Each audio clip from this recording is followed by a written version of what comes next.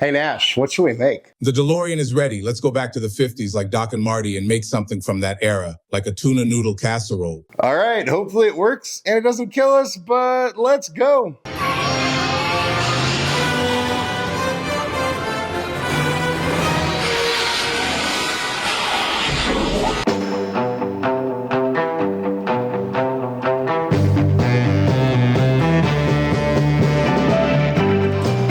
Welcome back to Chaos Kitchen, where I guess we're in the 50s. I'm not loving the black and white though, so let's fix that. So the 50s were a time after World War II. Things were bustling, people were happy, things were peaceful. For the most part. Agriculture was booming, but access to fresh produce out of season especially wasn't the greatest. But most of all, it was a time of convenience. So people loved convenience. People were cooking more at home, but again, convenience. So canned food, prepared food, that kind of stuff. So this gave rise to dishes such as like Jell-O molds and Jell-O salads. Thank God those didn't stick around.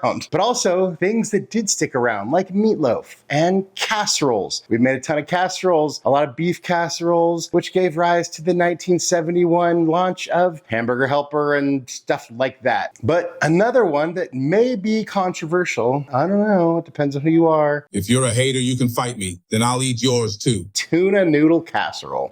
So today that's what we're making, and hey, without further ado, let's go.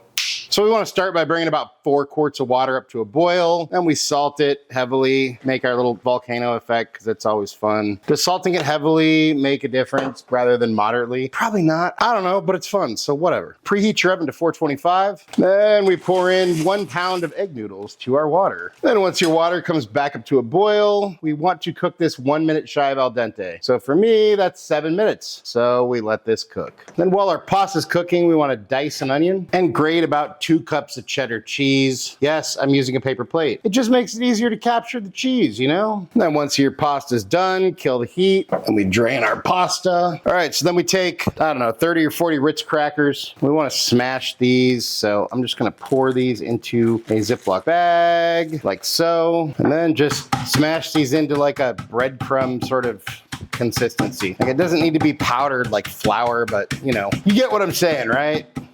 Okay, cool. All right, then we take out some sort of a bowl, receptacle of some sort. We dump all of our Ritz cracker dust, crumbs into this bowl. And then we add a 1/4 cup or a 1/2 stick of melted butter. If you want to throw some spices in, go for it. But we just sort of mix this up, get all the breadcrumbs to absorb a little bit of that butter, because this is gonna make our crust. So fun stuff, you know, 1950s Ritz crackers. When were Ritz crackers even invented?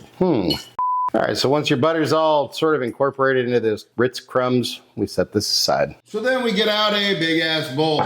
Honestly, if I were you, I would just throw this all into the bowl you already cooked your pasta in, because that way you have less things to clean. But for the sake of the video, we're gonna use this big glass bowl so you can see everything better. So then we add our pasta. I feel like we're gonna have a similar situation to our chicken pot pie casserole, where we're gonna need a bigger boat. We'll make it work. So then we add 2 normal cans or 1 big can. I think we want 10 ounces of tuna. So I think a normal can has 5 ounces. I think this big ass can is like 12 ounces. All right, so we get some extra tuna. Extra protein, you know, I'm trying to be healthy. Does more protein equal healthy? According to today's random non-scientific based pop knowledge, yeah. Even Starbucks has protein stuff in it. But look at the amount of protein. Is it really? Anyways, doesn't matter. All right, then we throw in our onion. Whoa, got a little aggressive there.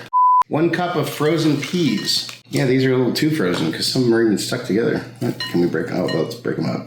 All right, cool. 1 4-ounce can of diced mushrooms. I don't think I've ever had canned mushrooms before, but hey, whatever. We're learning together, right? It's the 50s, you know? Like I said, convenience is king. And hey, maybe fresh mushrooms weren't available. I don't know. Then we add 2 cans of condensed mushroom soup. Does anyone ever use condensed anything soup for actual soup, or are these just used for casseroles and other shit? Serious question. Let me know what your thoughts are in the comments. And lastly, we add our cheese. carefully because we're running out of room. And honestly, I think this is the biggest bowl I have. I have a few other bowls that are similar, but I don't think they're any bigger. So that's what we got. And I'm not sure how prevalent seasoning was in the 50s, but I'm gonna call an audible and add about a half a teaspoon each of salt, pepper, garlic, and a little smoked paprika. And then we sort of gently fold everything in because we don't have a lot of room here. But hey, do your best. And maybe, hopefully, you all have a bigger bowl than I do. We just want, it doesn't have to be perfect.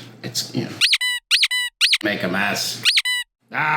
Just making a mess, you know, it's what we do here. Then once you're comfortable that you have a sufficient level of incorporation, set this aside.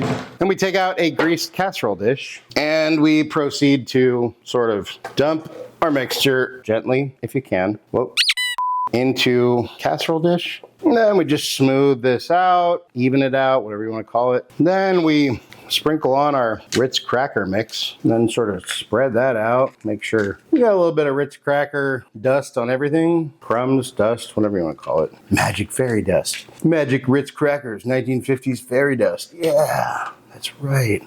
And then we're gonna throw this in our 425 oven for, I wanna say 25 to 30 minutes. Everything inside is cooked, so we just need to brown and crisp up the topping. So off we go. And here's our guy right out of the oven. You can see we got a nice brown crispy crust here. Everything's looking good, but as per usual, it's hot AF right now. So we're just gonna let this cool and come back in a few minutes. And once our casserole has cooled, we could probably take a piece. So let's see what we can do here. Let's just take, oh, it's not gonna stay together very nicely, but that's okay. Oh, shoot. Well, you know what? I mean, it is what it is. And even though it didn't come out in a nice clean piece, there we have our tuna noodle casserole.